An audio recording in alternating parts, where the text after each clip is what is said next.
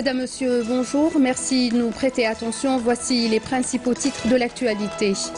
Distribution de logements, toutes formules confondues à Oran, au profit de plus de 2000 bénéficiaires militaires assimilés et civils de plusieurs wilayas de l'ouest du pays.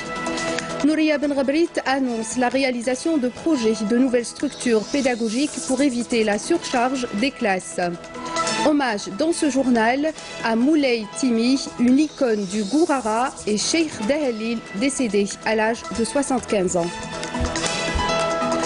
Tout d'abord, lors du 4e jour de sa visite de travail en 3e région militaire, le général de corps d'armée Ahmed Gaïd Salah, vice-ministre de la Défense nationale, chef d'état-major de l'armée nationale populaire, a supervisé l'exécution de la 3e étape de l'exercice démonstratif combiné avec munitions réelles, Iktisah 2018. Les détails avec Amel Bouarba. À l'entrée du siège du commandement de la région, le général de corps d'armée Ahmed Gaïd Salah a observé un moment de recueillement sur l'âme du vaillant shahid Mustafa Ben Boulaïd et a déposé une gerbe de fleurs devant la stèle commémorant sa mémoire et a récité la Fatiha sur son âme et sur celle de nos valeureux chouhada. Ensuite, et au siège du commandement de la 40e division d'infanterie mécanisée, le général de corps d'armée a suivi une présentation animée par le commandant de division, directeur de la 3e et dernière étape de cet exercice, ayant pour thème le 3e groupement de forces en contre-offensive et qui a porté sur le plan d'exécution et les différentes actions de combat à exécuter par des formations des forces terrestres, aériennes et de défense aérienne du territoire.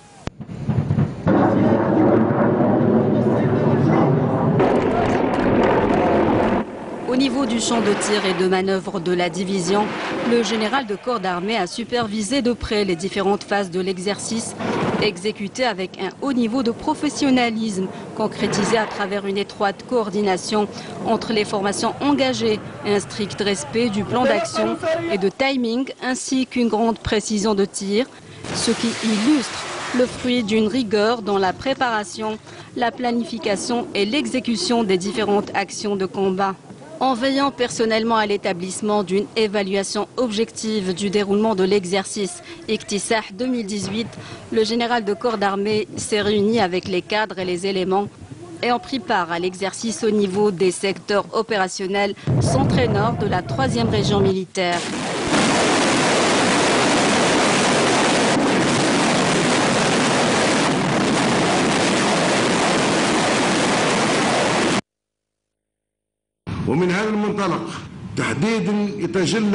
Dans ce sens précisément s'avère le raisonnement dialectique et logique entre la véracité de la concrétisation des programmes de préparation au combat et le mérite de la réussite des exercices tactiques d'essai.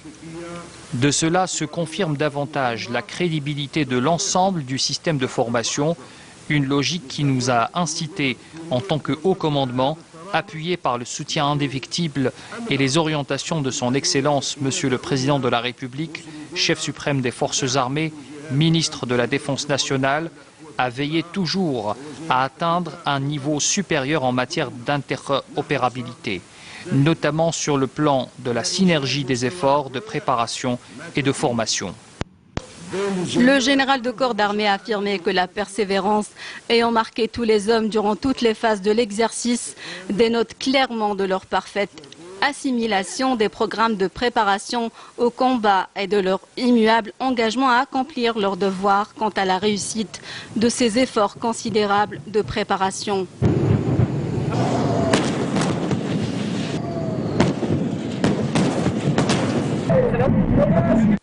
Atteindre et maintenir, voire promouvoir en permanence ces niveaux supérieurs de la disponibilité opérationnelle et de combat constitue une mission dont le rôle principal incombe au militaire lui-même. De surcroît, ce comportement se raffermit davantage durant des années de préparation au combat de différents niveaux et étapes. À l'issue de cette rencontre, le général de corps d'armée a suivi les interventions des personnels des unités des secteurs opérationnels centre et nord qui ont exprimé leur grande fierté et honneur d'appartenir à cette prestigieuse institution qu'est l'armée nationale populaire, digne héritière de l'armée de libération nationale. Ensuite, le général de corps d'armée a passé en revue des unités de la 40e division d'infanterie mécanisée et ont pris part à l'exercice Iqtisah 2018.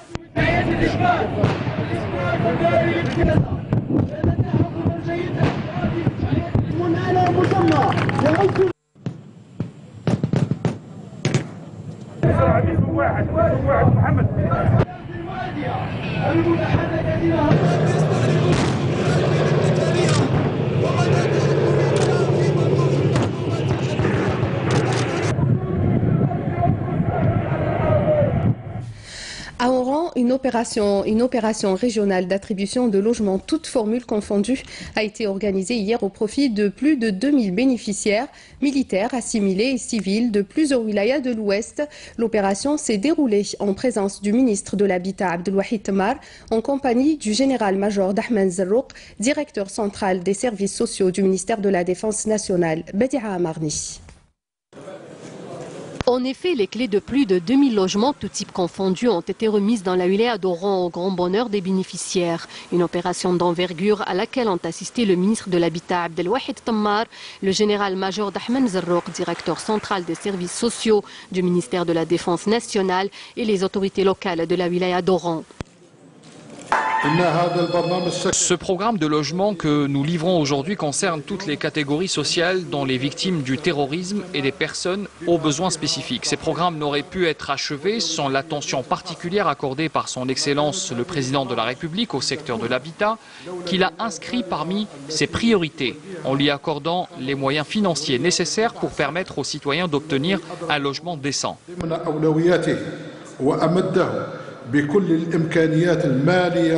Des logements dont ont bénéficié les citoyens d'Oran, en plus de 1500 logements consacrés aux fonctionnaires et aux retraités de l'armée nationale populaire au niveau de la 2e région militaire. Cette opération s'inscrit en droite ligne avec les efforts continus consentis par le haut commandement de l'armée nationale populaire pour améliorer les conditions de vie de ces éléments.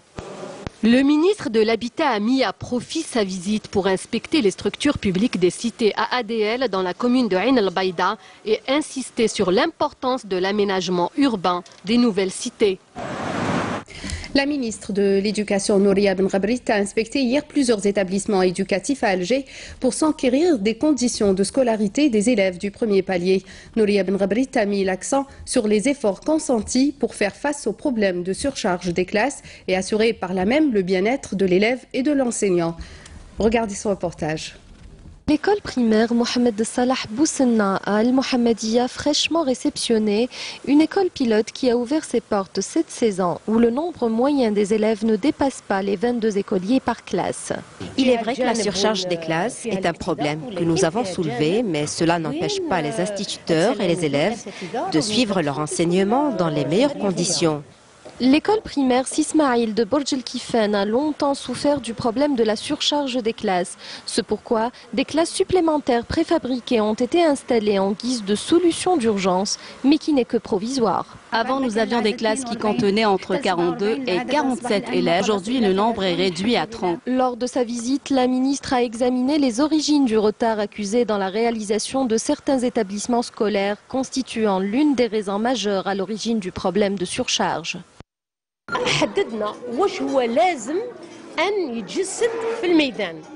Nous avons fixé les règles qui doivent être concrétisées sur le terrain. Le problème, c'est aussi le retard de réalisation. Afin de mettre fin au problème de la surcharge des classes, la ministre de l'Éducation promet de trouver des solutions adéquates afin d'assurer la meilleure scolarisation au sein de chaque établissement scolaire. Et c'était le commentaire de Soumaya Zarouali.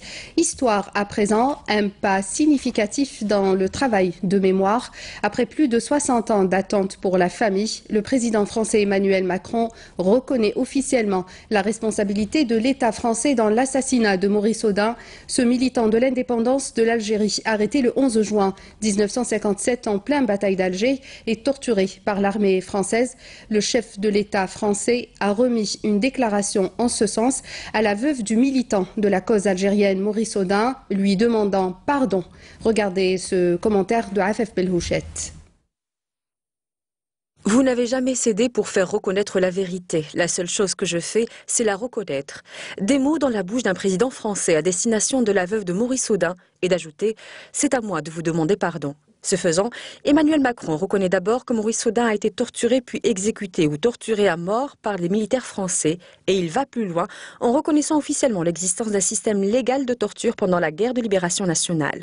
Une reconnaissance historique de par sa clarté et son statut, allant ainsi plus loin que ses prédécesseurs Chirac et Hollande. Il y a eu des déclarations de Jacques Chirac, par exemple, à Madagascar, par exemple. Il avait déclaré des choses très importantes en 2006, la reconnaissance de Sétif et de Guelma par Chirac, la déclaration de François Hollande lorsqu'il avait fait son voyage à Alger, le 17 octobre, par un communiqué très bref, etc. Mais là, c'est pas pareil, parce que c'est la dénonciation d'un fait institué par l'État, d'un système d'État qui est dénoncé. C'est ça qui est nouveau, c'est ça qui est dénoncé. Alors maintenant, ça doit encourager à aller plus loin sur tout autre dossier. Ce geste, il est aussi doit être compris à l'échelle internationale. C'est pas une question franco-française, parce que sur les questions coloniales, beaucoup de gens dans le monde nous regardent, ils regardent la France. Sur la question de la colonisation, une masse immense de gens regardent la France. Et ceux qui ont voulu expliquer que c'était une mission civilisatrice se sont pris tout le continent africain, se sont pris une grande partie des Asiatiques, se sont bien sûr le Maghreb, bien sûr le monde arabe, bien sûr. Donc quand on prend des décisions sur l'histoire, il faut sortir du cadre franco-français. Et les débats, quelquefois très étriqués franco-français, sur faut-il ou non reconnaître, etc., dans le fond, pour la masse, l'immense masse de ceux qui ont été colonisés, ces questions ne se posent pas. Ce qui se pose, c'est quand est-ce qu'on va reconnaître ce qui s'est réellement passé. Voilà les vraies questions qui se posent. Assise dans son salon, l'âge n'ayant rien eu de la vivacité de son regard et son esprit, Madame Josette Audin affiche un sourire de circonstance qui, tout en appréciant ce geste fort, en dit long sur les 60 ans de lutte qu'elle a menée avec ses enfants pour que vérité soit dite. Que voulez-vous que je vous dise? J'ai pensé à mon mari, à mes enfants et à moi. Moi, j'y croyais pas du tout, je vous dis la vérité. Et puis, donc, ils sont arrivés début septembre, comme il l'avait dit, avec une déclaration qui non seulement est excellente, mais en plus on a été les derniers à donner notre imprimature. Ils nous ont fait venir à l'Élysée, on a lu le texte et on a dit ce qu'on en pensait. Donc le processus d'écriture de préparation de ce texte a été exemplaire, vraiment. En effet, l'espoir de connaître la vérité est désormais permis aux familles des disparus pendant la bataille d'Alger sous les ordres du tristement célèbre général Massu, à l'origine de l'arrestation de Maurice Audin, puisque le président Emmanuel Macron a demandé que toutes les archives de l'État qui concernent les disparus de la guerre d'Algérie puissent être librement consultées et pas seulement celles de la défense. Dans le cas de Maurice Audin, le chemin de la vérité pourtant reste encore semé d'embûches. Personne dans les rouages de l'État ne sait ce qui s'est passé. Absolument personne ne sait. Ce que le président a annoncé, c'est qu'il y aurait ouverture des archives aussi largement que possible, avec une dérogation administrative, qu'il y aurait un appel à témoins, de sorte que tous et toutes puissent s'exprimer, dire ce qu'ils ont sur le cœur, des secrets qui ont été gardés de façon imposée par toute la chape correspondant au silence qui était imposé. Au contraire, maintenant, l'État encourage à dire et à révéler comme un secret de famille qui pèse sur notre cœur, sur notre conscience. Au-delà d'une reconnaissance historique, l'histoire retiendra également la volonté d'humilité affichée par le président Emmanuel Macron en se rendant dans la demeure de la famille Audin, au lieu de les recevoir comme le stipulent les traditions élysiennes. Et pour revenir sur l'assassinat de Maurice Audin, militant de la cause nationale, Canal Algérie diffusera demain un documentaire sur la pratique à grande échelle et les exécutions diffusera ce soir, sur les pratiques à grande échelle et les exécutions sommaires infligées par l'armée française durant la guerre de libération nationale. Maurice Audin, la disparition, un film documentaire de François Demerliac. Le film sera suivi par un plateau débat avec le fils de Maurice Audin et des historiens. Pour rappel, cette production a déjà été diffusée pour la première fois sur Canal Algérie au mois de juin de 2015. Voici un extrait de cette soirée spéciale. Je suis née à Alger. J'ai toujours vécu à Alger jusqu'à après l'indépendance. Mes parents étaient installés en Algérie depuis longtemps, les grands-parents, les arrière-grands-parents. Donc j'étais algérienne. On était étudiants ensemble à la fac des sciences d'Alger. Et c'est là que nous nous sommes rencontrés. Comme il était un brillant étudiant en mathématiques, son professeur de mathématiques l'a fait engager comme assistant. Dès qu'il a eu son poste d'assistant, on a pu se marier et donc on s'est mariés à ce moment-là.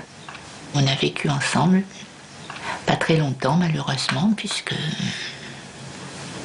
voilà, nous nous sommes mariés en 53 et les enfants, ma fille est née en 54 et puis les 2 garçons sont venus après. La vie à Alger, c'était la vie, je mettrais des guillemets, normale d'un pays colonial, c'est-à-dire avec une espèce d'apartheid à la française. Les Algériens étaient considérés comme des sous-citoyens. Nous n'avions pas les mêmes droits. Et surtout, les rapports étaient très exacerbés. Toutes les infrastructures qui étaient réalisées étaient faites au profit des colons. L'Algérie a été conquise au départ pour son blé. Et ensuite, les céréales. Et ensuite, bon, se sont installés, ils ont trouvé un territoire et ils ont développé pour eux. Après avoir spolié les terres, ceux qui avaient des fermes exploitaient les fellahs. On les appelait les khames, c'est-à-dire qu'ils percevaient 1/5 de la récolte. Donc c'était une situation qui ne pouvait pas durer. Depuis 1830, il y a eu 36 révoltes. Pourquoi? Parce que nous, les indigènes, ce qu'on nous appelle les indigènes, nous n'avions rien à perdre. Alors on disait, si, c'est comme en France. C'est comme en France, alors expliquez pourquoi 9/10 des gosses algériens n'ont pas droit à l'école. Pourquoi 130 ans après cette mission, entre guillemets, civilisatrice, colonisatrice, que la France disait s'être fixée en Algérie, pourquoi 130 ans après, il y a toujours en Algérie 9/10 de la population qui est analphabète? Il faut dire que le racisme, ça faisait partie de la vie de l'Algérie coloniale. Donc c'était un extrait du film documentaire spécial Maurice Audin qui sera diffusé ce soir sur Canal Algérie à partir de 21h. Le chanteur et musicien Rachid Taha, disparu mardi dernier, sera enterré aujourd'hui dans sa ville natale de Sig, dans la wilaya de Mascara, après la prière du vendredi. La dépouille du défunt est arrivée hier soir, comme vous le voyez sur ces images, à l'aéroport d'Oran, en présence des autorités civiles, sa famille et ses amis. Rachid Taha a été emporté par une crise cardiaque à l'âge de 59 ans à son domicile à Paris. La scène musicale algérienne pleure la disparition prématurée de l'artiste. Inna lillahi wa inna ilayhi raji'un. L'Algérie vient de perdre aussi un des piliers du patrimoine populaire zénith de notre grand sud, Moulay Sediq Slimane, dit Moulay Timi, un historien, défenseur et protecteur du patrimoine matériel et immatériel de la région du Gourara. Le défunt avait servi de guide également à Mouloud Mamri lors de sa collecte de données sur l'île du Gourara dans la ville de Timimoun durant les années 60. Moulay Timi est décédé à l'âge de 75 ans. Regardez cet hommage de Hicham Daouf.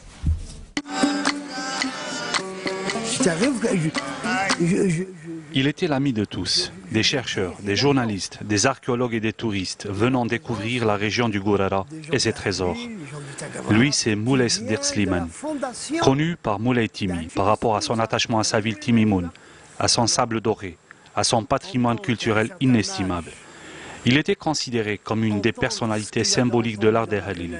Depuis son jeune âge, Moulay Timi a toujours montré un grand intérêt pour l'histoire et la culture des habitants du Grand Sud algérien. La rencontre de Moulay Timi avec l'anthropologue Mouloud Mamri durant les années 60, lors de la collecte de données sur les Halil de Gourara, a scellé son destin. Il était depuis la mémoire vivante de cet art ancestral, bien décidé à le protéger et à le faire connaître.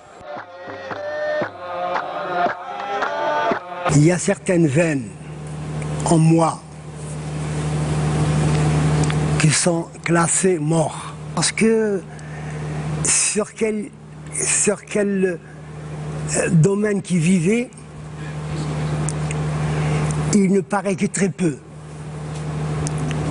Et maintenant, en entendant, en écoutant les tagarraf des gens de Sherwin, les veines commencent à se constituer pour revivre ce qui se sentait dans le temps.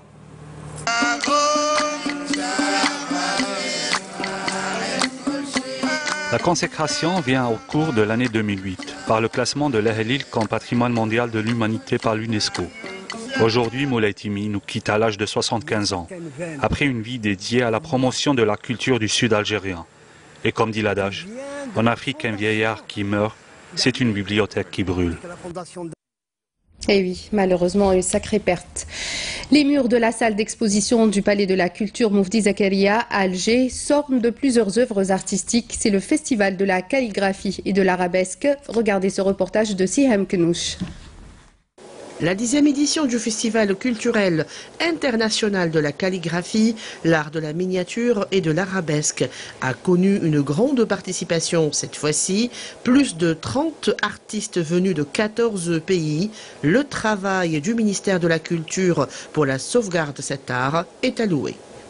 C'est un événement qui pour nous est très très important et nous le maintenons pour permettre aux artistes algériens qui sont en train de soutenir cette école, parce qu'il faut savoir qu'il y a une école algérienne, notamment en miniature, c'est une école typiquement algérienne, elle est authentique. Il y a des artistes qui sont en train d'œuvrer pour perpétuer cette expérience-là. Donc le ministère de la Culture entend soutenir ces artistes et il leur offre entre autres un espace pour se rencontrer et pour se confronter à leurs amis et aux artistes du monde arabo-musulman. De la calligraphie, des couleurs enchanteresses décorent donc les murs de la salle d'exposition du Palais de la Culture Moufdi Zakaria. La grande surprise était l'exposition, pour la première fois, des tableaux d'un grand artiste algérien, Rabah Driassa. À côté de lui, plusieurs artistes nous disent par exemple: il y a une fusion dans le travail artistique. Donc ça développe la vision artistique de chaque artiste. À côté des artistes algériens, nous avons rencontré aussi de grands noms venus du monde arabo-musulman.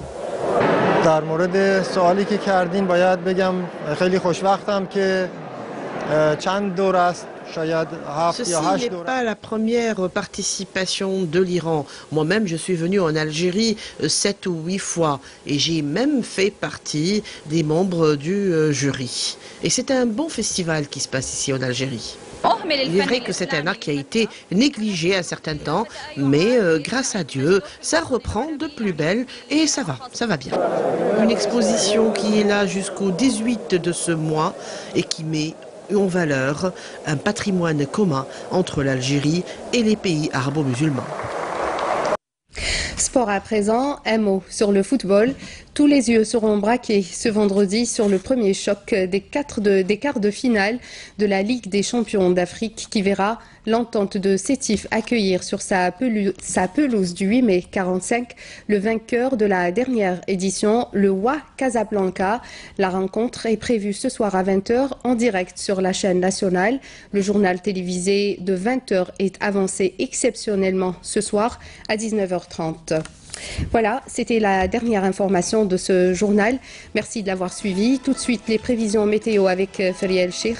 Nos programmes sont également disponibles sur les sites internet de la télévision, la chaîne YouTube et notre page Facebook. L'info continue sur Canal Algérie. Ce soir, vous allez retrouver Amina Zahouf. Quant à moi, j'aurai le plaisir de vous retrouver demain. Excellente journée sur Canal Algérie. Au revoir.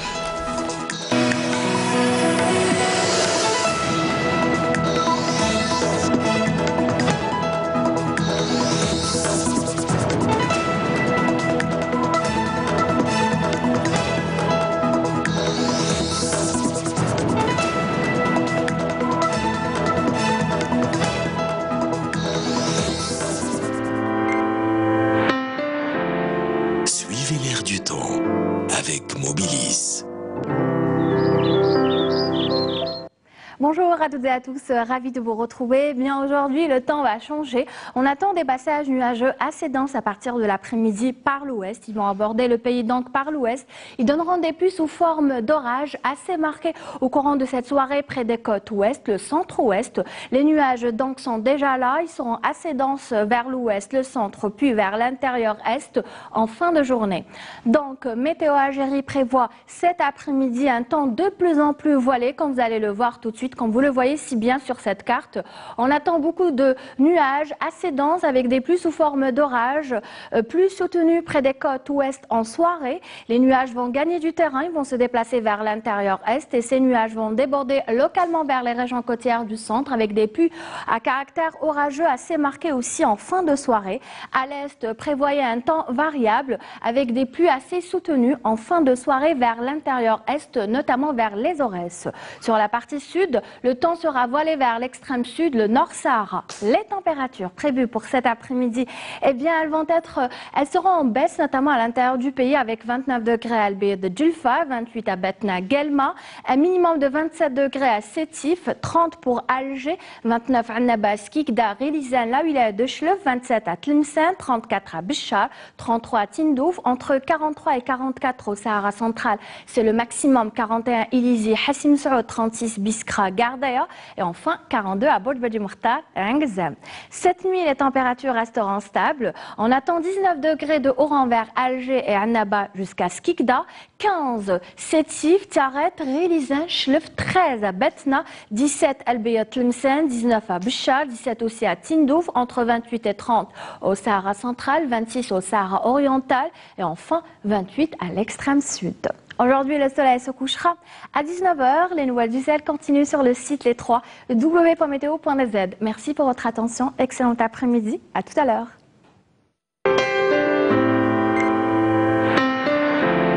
Suivez l'air du temps avec Mobilis. وزارة الداخلية والجماعات المحلية المركز الوطني للوقاية والأمن عبر الطرق. انا نقول لك 1-2-0. انا نقول لك صح يخرج ماتش تكتيك بزاف مغلوق اللعب مغلوق لي دوز ايكيب زيرو الفينال انا راني عيان لازم ندخل عييت ريح مازال حل روح بلاقلك عيان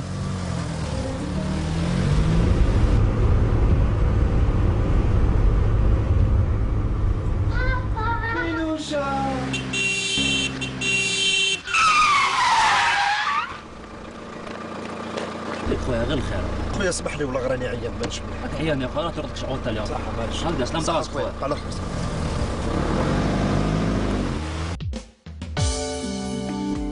Le ministère de la Solidarité nationale, de la famille et de la condition de la femme lance la première édition du concours national pour l'obtention du prix de la meilleure créativité numérique pour enfants. Cette initiative vise à renforcer la protection de nos enfants contre les dangers des applications de jeux numériques non sécurisés, en encourageant les innovations algériennes en matière de numérisation de jeux éducatifs et de divertissement destinés aux enfants, se distinguant par la créativité et la sécurité. Les inscriptions s'effectuent via la plateforme numérique concours.msnfcf.gov.dz. Vous rêvez d'une insertion professionnelle réussie, vous rêvez de créer votre micro-entreprise, vous aimez les métiers du numérique et de l'informatique, de l'infographie,